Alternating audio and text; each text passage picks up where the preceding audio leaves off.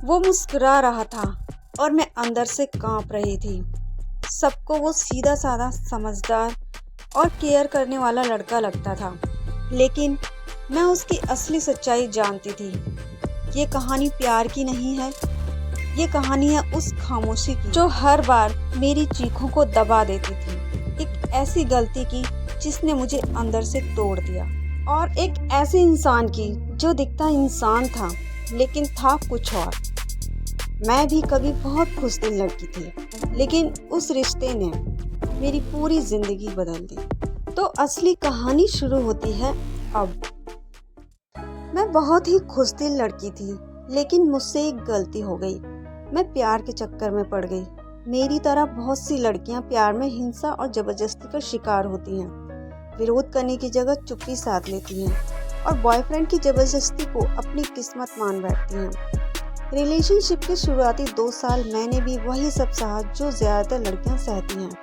मैं उसे खुद से भी ज्यादा प्यार करती थी, और शायद यही वजह थी कि उसकी हिंसक आदतें भी मेरी आंखें नहीं खोल पा रही थी। बात बात पर गुस्सा करना, अचानक हाथ उठा देना और जबरदस्ती शारीरिक संबंध बनाना, ये सब मेरे लिए जैसे आम बात हो गया था। जब मैं नाराज होती तो वह हर चीज़ को हल्का करके टाल देता। मैं यह सब सहती रही क्योंकि मुझे लगता था कि समय के साथ वह बदल जाएगा और शादी के बाद सब ठीक हो जाएगा। लेकिन यह मेरी सबसे बड़ी भूल थी। हमारे रिश्ते की शुरुआत शिमला से शुरू हुई। पढ़ाई के दौरान मेरी मुलाकात आर्यन से हुई। वह मेरा सीनियर था और 1 साल के भीतर हम रिलेशनशिप में आ गए। धीरे धीरे हमारी बातें बढ़ने लगी। जब भी मैं बीमार पड़ती, वह सबसे ज्यादा ख्याल रखता। डॉक्टर के पास ले जाना, दवाइयाँ लाना, हर छोटी बड़ी बात पूछना। मैं अपनी सहेली नेहा के साथ हॉस्टल में रहती थी और दोनों एक ही शहर के थे। कब नेहा उसकी बहन जैसी बन गई पता ही नहीं चला। वह हर वक्त आर्यन की तारीफ करती कि मेरी आंखों पर जैसे पट्टी बन गई। कमरे में कोई भी बात होती तो उसकी शुरुआत और अंत आर्यन पर ही होता। धीरे धीरे वह मेरे दिल में एक हीरो की तरह बस गया। बाकी लड़कों से बिल्कुल अलग लगने लगा। मैं अपनी हर छोटी बड़ी बात उससे शेयर करने लगी।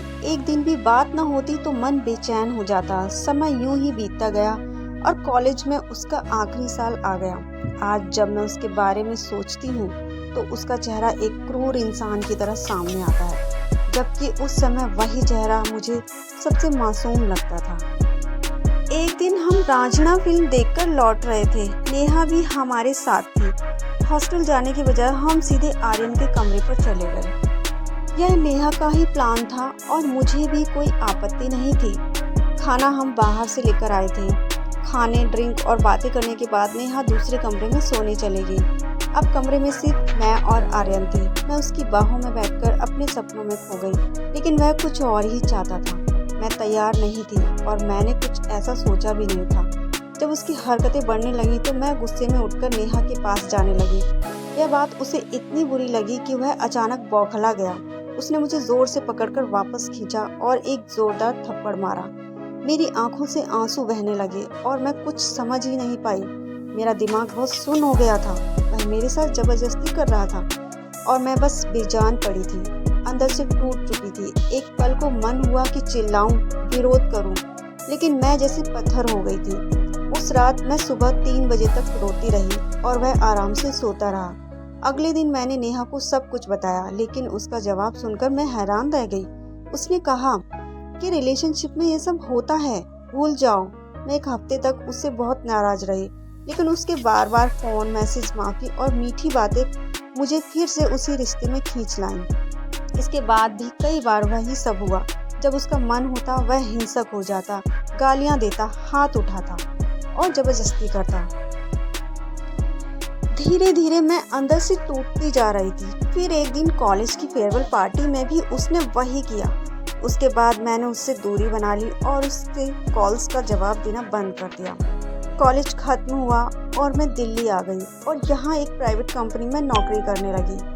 कुछ समय बाद नेहा की शादी में मेरी उससे फिर से मुलाकात हुई। इस बार गोवा में वह ऐसे बर्ताव कर रहा था जैसे उसने कभी कोई गलती की ही नहीं। बेहद भोला बनकर सबके सामने घूम रहा था। मैं उससे दूर रहना चाहती थी, लेकिन दोस्तों के बीच मजबूरी में बात करनी पड़ रही थी। पैरों के दौरान वह अचानक मेरे पास आया और मेरा हाथ पकड़ लिया। उसका स्पर्श होते ही मैं अंदर तक कांप गई। मैंने तुरंत उसका हाथ झटका और वहां से दूर चली गई। वह बस मुस्कुराता रहा। बाहर से वह अब भी भोला लग रहा था, लेकिन मैं जान चुकी थी कि उसके अंदर एक खतरनाक इंसान छिपा है। उसके बाद मैंने उससे कभी कोई संपर्क नहीं रखा। अब मैं सिर्फ अपनी ज़िंदगी में आगे बढ़ना चाहती हूँ और अपने माता पिता का ख्याल रखना चाहती हूँ, क्योंकि उनसे बढ़कर इस दुनिया में कोई नहीं होता। और आज मैं उस इंसान से बहुत दूर हूँ। अब न उसके कॉल का इंतज़ार है, न उसकी किसी बात का असर। मैंने खुद को फिर से खड़ा करना सीख लिया है। हाँ, दर्द हुआ, बहुत हुआ, लेकिन उस दर्द ने मुझे मजबूत बना दिया। अब मैं जान चुकी हूँ कि प्यार कभी ज़बरदस्ती नहीं होता, और जहाँ सम्मान नहीं होता वहाँ रिश्ता नहीं होता। अगर मेरी ये कहानी आपको कहीं ना कहीं अपनी लगती है तो समझिए अभी भी वक्त है और खुद को संभालने का। गलत इंसान को छोड़ना कमजोरी नहीं, सबसे बड़ी हिम्मत होती है। और हाँ, अगर आप ऐसी ही सच्ची दिल को छू लेने वाली और आंखें खोल देने वाली कहानियाँ सुनना चाहते हैं तो मेरे इस चैनल को ज़रूर फॉलो और सब्सक्राइब करें। यहाँ हर कहानी सिर्फ कहानी नहीं होती, एक सीख होती है।